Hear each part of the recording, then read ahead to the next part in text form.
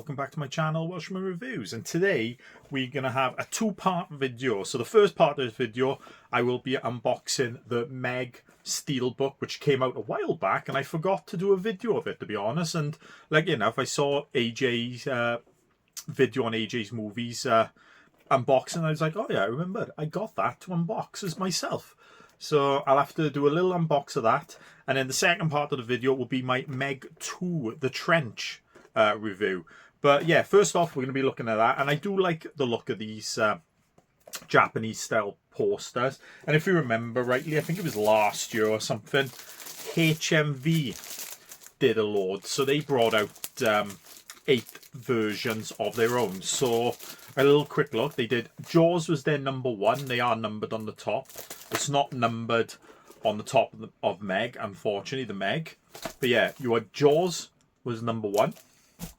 So another Steven Spielberg one was Duel, #2. I do like the Steelbook on this one, but I am looking forward to the collector's edition that's come out as well. #3, and it's my favourite horror, obviously, if you've followed my channel, which is The Thing. I think Keith over in Euphoria Pictures did a video for this Steelbook as well. But yeah, very nice looking Steelbook. A little different from what we've seen with the Thing ones. The Hindenburg was #4. Yet to watch this, so it's on my to-do list. Another classic, and probably up there as one of my favourite movies, Back to the Future. So this is the 4K, I think. Jaws was 4K as well, but the other 3 were Blu-rays. So we got that. Very nice indeed. Then we had Spartacus was #7. So Back to the Future was 6. Not 5. What was #6? Oh, yeah. So this was #7, 4K of Spartacus. The Hard Way was #6, and Michael J. Fox and I forgot his name now. It is. My God, shocking. Oh, James Woods. James Woods, which is a really good film. I haven't watched it for a long time when this came out, so it's still a good little movie. And then the last one, which seems to be a little bit out of place when you get these, and that is The Great Wall. But I say out of place, this was a Chinese and American co-produced movie with Matt Damon in it as well. Not the best movie, but you know, it's a pretty good creature feature. You know, a little bit enjoyable. So yeah, the Meg will fit nicely with them, to be honest. So let's go and take a closer look of that. So here's a little bit of a closer look. So let's get the J card off first. And have a look at that. So you get the normal picture there, the normal size man, great white, and the Megalodon. Your usual stuff, but there as well. So your usual J card. So let's have a look at the Steelbook. So it's got a nice gloss finish. Does have the Japanese lettering down below as well, and on there, and then the actors. These are stickers; they do come off. So we have the big Megalodon mouth and the woman there, which I'm not mistaken, the Megalodon was never that big in the movie. They do exaggerate a little bit. Bit of the same. It's the same pretty much poster they use for the new movie now as well. It is. And then if we open up on the back, we have the little dog, which is a little reference to Jaws. Name's Pippin. The little dog that gets eaten, unfortunately, just before Alex the boy, it is, on the beach. But you know, it was a nice looking Steelbook. I do like the design with all the ocean and stuff. It is. I have got the Meg, the first one, on a Blu-ray Steelbook, but it's around here somewhere and I couldn't find it. I couldn't be bothered to look for it, to be honest. But no, not bad at all. And then we have a look in the inside. And I do like the art for that. It's all teeth and stuff with the Meg. Kind of looks familiar to the new Jaws one, isn't it? Jaws 2 Steelbook with when you're inside the jaws of that. And then you have the Meg Blu-ray disc, which is just a blue. And then we have a more of a closer, bigger picture of that swimmer, Great White, and the Megalodon. So, not a bad looking Steelbook. It ain't, you know, it is what it is, to be honest. I do like these Japanese ones, to be honest. I'm a bit of a fan of these. I don't think many, I don't know if a lot are, But yeah, it's not too bad, it ain't. So that's this portion of the video. So meet me back for part 2.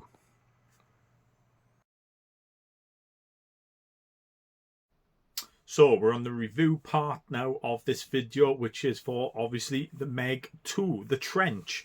Being a big fan of the Steve Alten movie books, I am a little bit disappointed with the movies that they don't go more true to them books. But overall, I'm a creature feature fan. I love slog like this, to be honest. And do you know what? I kind of enjoy this movie, to be honest. I did enjoy it. It is directed by Ben Wheatley. It's not directed Fingerbob John Turtletab. Didn't come back to do this. They didn't, but yeah, he's a bit different from his wheelhouse. So I'd look through his films and all. You know, he did Kill List, High Rise, and was another one as well. But you know, a little bit different. This is from his own wheelhouse, to be honest, what he's done. But Jason Statham comes back as Jonah Taylor. Is it Shuya Sophia Kai, who plays the little young kid Mei Ying. It is a bit older in this one now. Cliff Curtis comes back as Jonas's best mate, Mac. And Paige Kennedy comes back as DJ, one of the research or like a computer guy from the last movie. So he's back in this one. There is a few new characters as well. So we have Jin Woo, who is Jermaine Zhang, who is Mei Ying's uncle. Because in this movie, her mother's passed away. So I don't know why that actress never came back for this movie. But I did do a little bit of research, and supposedly she hasn't been in a movie since the last Meg movie. So whether she's given up on the acting and all that. But yeah, so we get another part of that family in this one, because obviously the father died in the last movie as well. His father, her grandfather, died in the last movie. You have a Sergio Perez Manchetta, who plays Montez, is pretty much a new henchman of this movie. It's a lot different from the last one. In this one, they have a little bit more... you have an actual villain in this movie, not just the shark. So in the last one, you did have, what's his name, Rain Wilson, who was like the main guy who funded it all.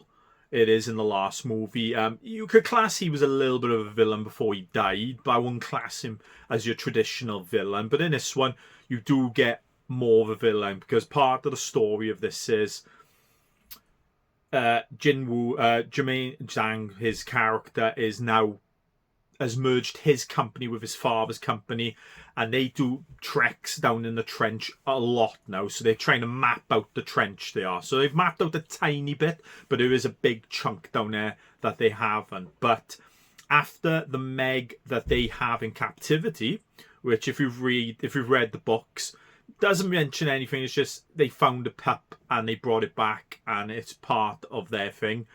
Escapes enclosure and goes back to the trench. So it goes back for a mating thing with the sharks, and that's how there's the other 2 sharks as well.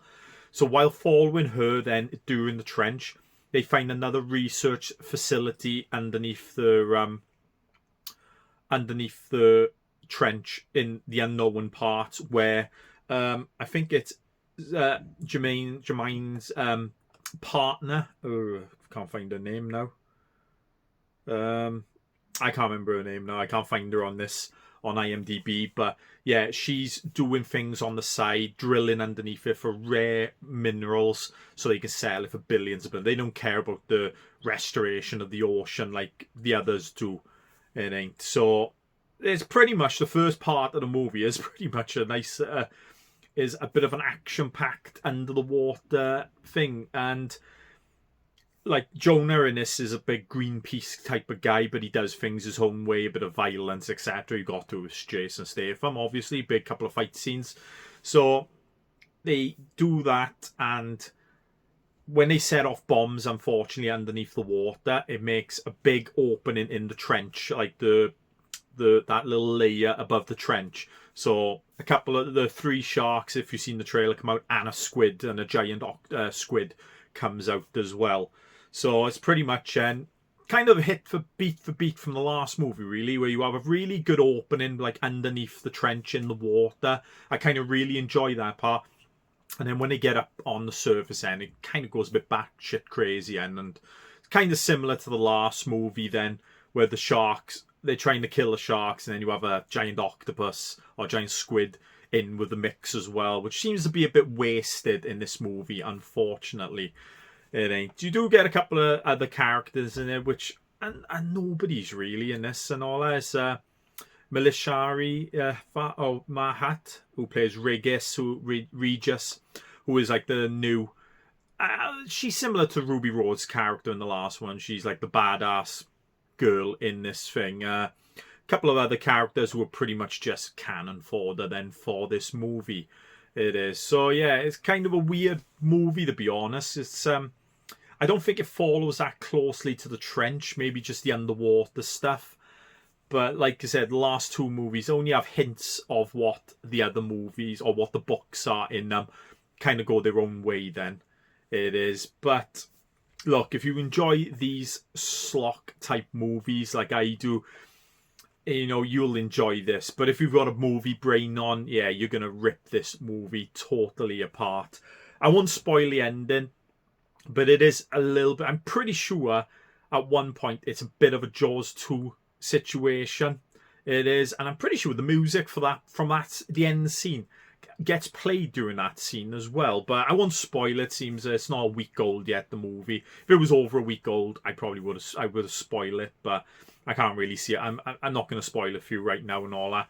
But yeah, it's a bit of a you looking at rolling your eyes type of an ending and all that, to be honest. I'll tell you what these movies really do around, and especially this one, is if you're familiar with the Asylum movies, which are really low budget, you know, Mega Shark versus Giant Croc and stuff like that, this is what this movie really reminded me of. It was, but with a budget, but with a bigger budget, it is.